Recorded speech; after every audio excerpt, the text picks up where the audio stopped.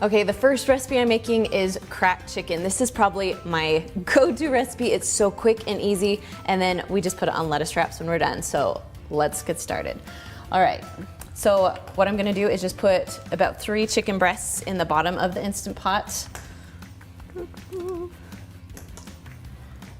And then add about a cup of water just right on top. Now right now we're just cooking the chicken, so we're gonna put the lid on and then we'll add the rest of the stuff after it's done cooking. Once your lid is on, you wanna make sure the little knob is on sealing, not venting.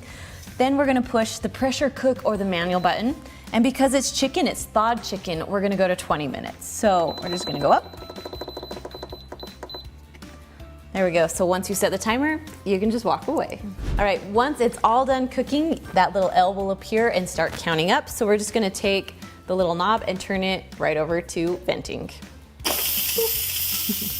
Once you let all the pressure out, you can open the lid safely and your chicken will be all cooked.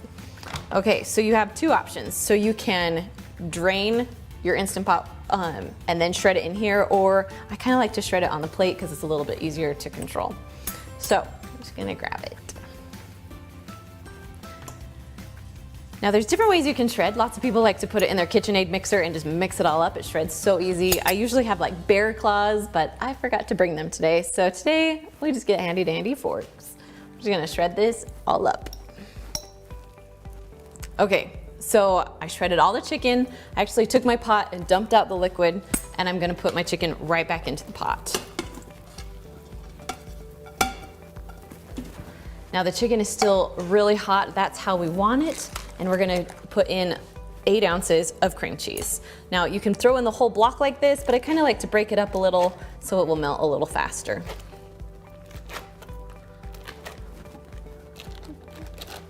Okay, next we're just gonna add some bacon on top because I love bacon in my cracked chicken. And then just a little bit of green onions. And then last but not least is ranch seasoning. Now I wasn't sure about this, but as I was looking at the nutrition facts, there are no carbs, no sugar, so definitely ranch seasoning, keto friendly.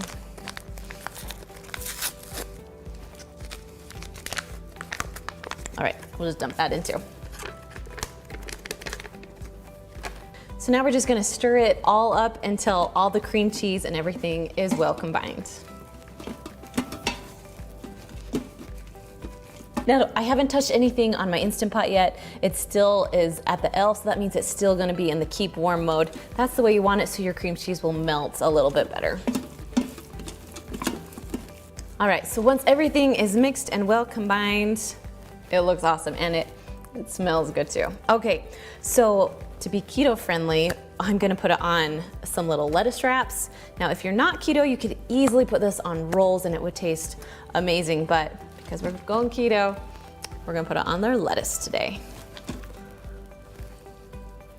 Now you can have multiple wraps, you can have multiple pieces of lettuce underneath, but today we're just gonna do one.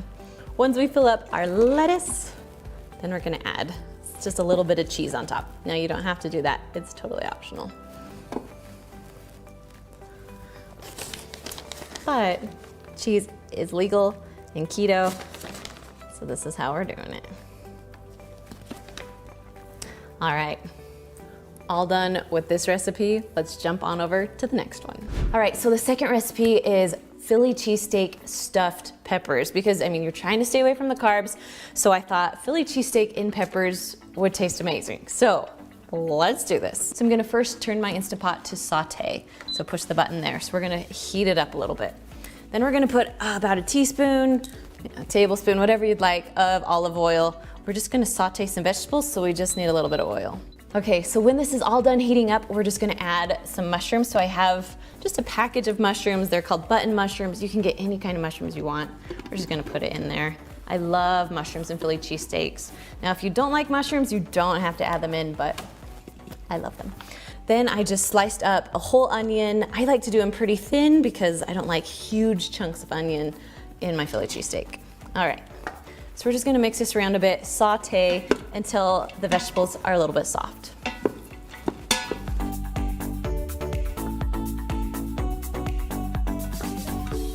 Okay, so these have been going for a few minutes. I'm just gonna add a little bit of salt and pepper in here.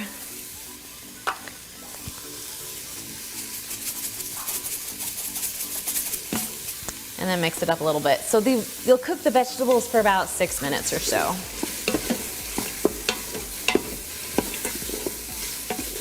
Okay, so once your vegetables are done, we're just gonna dump them out just right onto a plate right here. Sorry, let me turn it this way.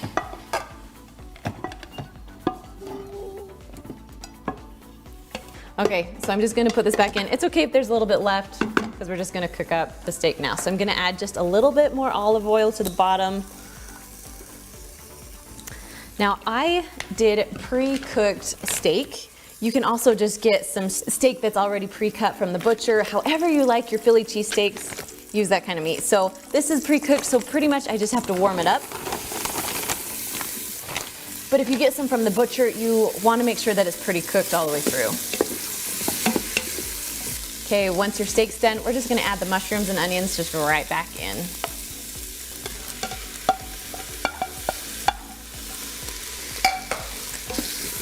And then just mix together for a little bit. Okay, while that's together, we're gonna add a little bit of garlic. Now, it calls for about 2 cloves of garlic, but I'm just, you know how I estimate. I do that a lot. All right, I'm just gonna mix around.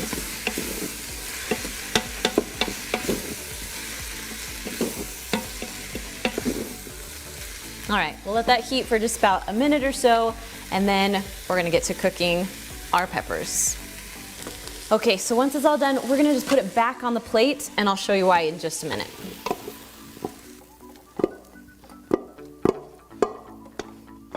Whoop. Okay, I want you to look inside of my pot.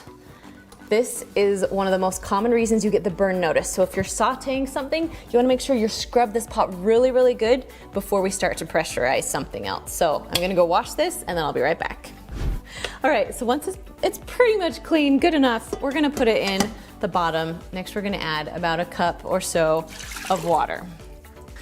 All right, so now I took some peppers, I chopped off the top, I took all the seeds out, so we're ready to go with our peppers. Now, these peppers, my grocery store only had really thin peppers. I would highly suggest getting kind of fat ones so they'll be easy to peel and they can stand up on their own.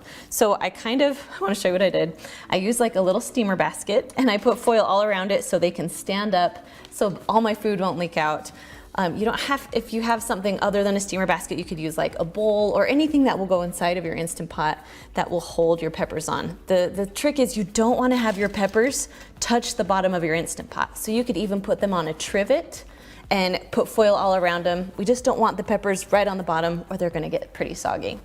Okay, so we're just gonna scoot this right here and I'm just gonna fill up the Philly cheesesteaks inside of the peppers.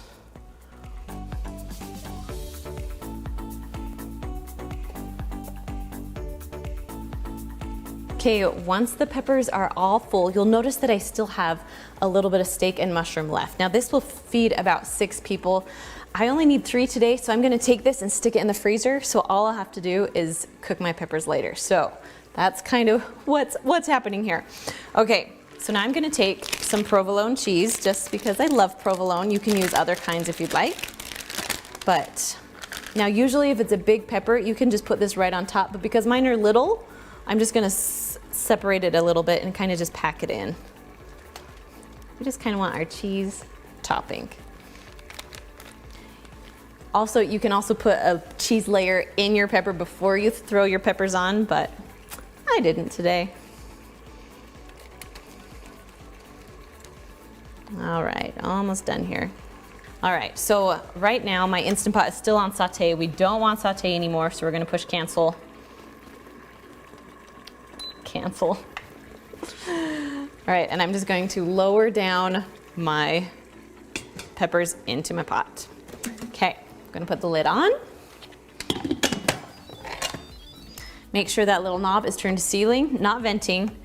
We're gonna push pressure cook, and then we're going just to 5 minutes. That's how long it takes for the peppers to cook. So once you set the timer, you can just walk away. Once the timer's all done, you're gonna turn the little knob to venting to let all of the steam out. And then once all of the pressure and steam's out, you can lift your lid up. Now these look amazing. Yes. Okay, so we're gonna just pull the steamer basket right out. That's why I love steamer baskets so much. I'll actually link this steamer basket down below for you, or one similar that I use. We'll just put it right out here. Okay, so they're gonna be a little bit hot. I'm just gonna pull them out with some tongs, just so you guys can see how good they are. Just gonna put them in a bowl so they can stand up, so they won't tip on me. Nice. All right, if you guys can see that. This is one of my most favorite things that we've made since being on keto. So, all right, we're all done with this recipe. Now we're gonna jump on over to the next one. So the last recipe today is butter chicken, and this one is my favorite. So let's get started. So I'm first gonna push the saute button. We're gonna start heating up the pot. Then I'm gonna take about a tablespoon of olive oil, just drizzle it on the bottom. We gotta start cooking up some vegetables. So we're gonna add in 1 onion, just minced small. So while the onion's in there, we're just gonna add about, I don't know, a teaspoon or so, maybe 2 teaspoons of garlic. And then we got 4 tablespoons of butter that I'm just gonna throw in there. There we go. And then we're gonna mix this all together. So we're just gonna mix this around for about 5 minutes or so until the onions, get that lovely fragrant smell and are cooked a little bit. Okay, so once your onions are cooked pretty good, we're gonna go ahead and add about 2 pounds of chicken breast. Now I cut these up into bite-sized pieces. They're gonna cook a lot faster that way. And I really like the chicken when it's cut instead of when it's, you put the whole thing in and then you have to shred it. For this recipe, I like them in chunks. All right, so we're gonna mix this around a little bit. Get that chicken all heated up. Okay, so while that's sitting there, we're gonna go ahead and add 1 can of Hunt's tomato sauce. Okay, so if you look at the nutrition facts, there's only 4 carbs for about 1/4 of a cup, and that's all you're eating. So it really doesn't have a ton of carbs in it, so that's why we're keeping it keto friendly. All right, we're just gonna add that whole thing in. Now while this is going, we're just gonna add 2 tablespoons of tomato paste. And then we're just gonna mix this up a little bit. So next we have something called red curry paste, and this stuff makes your dish absolutely delicious. So we're gonna put 2 tablespoons of this in there. And I am just eyeballing a little because this is my teaspoon, but it's kind of a small opening there. Nice. Okay, mix that around. So next we're gonna do 2 teaspoons of marsala, I don't know. However you think you pronounce this, put down in the comments for me because I'm struggling. All right, this is good stuff though. However you pronounce it, or wherever you're from, how you pronounce it, it's good. So we're gonna do 2 teaspoons of that. Then we're gonna add 1.5 teaspoons of ginger.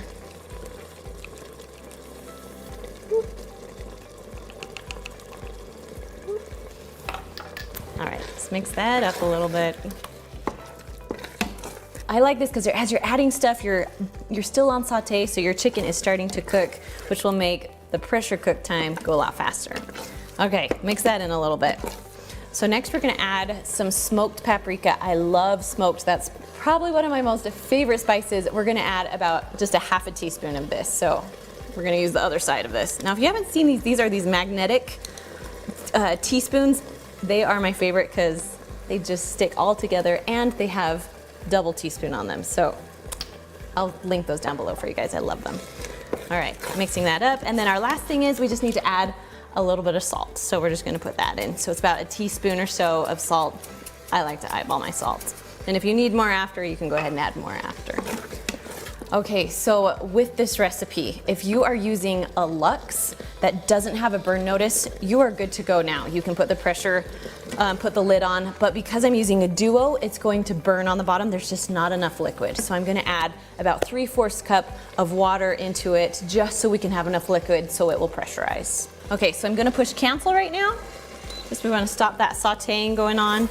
And we're gonna add I did about 1 cup of water. So we need to have liquid in there. So I kind of just mix things around so it's on the bottom because we don't want to see the burn notice today. All right, we're just gonna put this to the side. Now we're ready to put the lid on and we'll get cooking. Okay, once your lid is on, we're gonna turn this little knob to sealing, not venting. Then we're gonna put the pressure cook button and go up to 7 minutes. Now, once you set the timer, you can go ahead and just walk away. All right, so our butter chicken is all done. So it's been releasing on its own for about 5 minutes. That's exactly where we want it. So now we're just gonna turn the little knob to venting. Okay, now that all the pressure's out, we can open the lid. Everything's all cooked. Okay, now it's pretty liquidy because I added that water, but we didn't get the burn notice, which is good. So we're actually gonna turn it to the saute button right now. So you're gonna push cancel and then saute, and we're gonna get rid of some of that water. We're also gonna add about a half a cup of cream just because we gotta make it creamy. That's my favorite part of this dish. Nice and creamy. So we're gonna mix it up really good and then just let it saute just to get a little bit thicker. So just keep mixing, make sure you scrape the bottom as the saute is going so it doesn't burn on the bottom. And it will just take a few minutes to get rid of that extra liquid. So I would usually put this recipe over rice, but because we wanna make it keto friendly, I would put it over cauliflower rice. That stuff is my favorite. You can get some huge, large bags of it at Costco or even like the little freezer ones. I don't mind the freezer ones that you stick in your microwave, but I do like it better if it is sauteed on the stovetop or something like that. It makes it taste a little bit better. So cauliflower rice and then your buttered chicken, and it's a perfect keto recipe. All right, so once you're done, I just like to put a little bit of cilantro on top, making it taste amazing. And there you go, simple, easy keto recipes.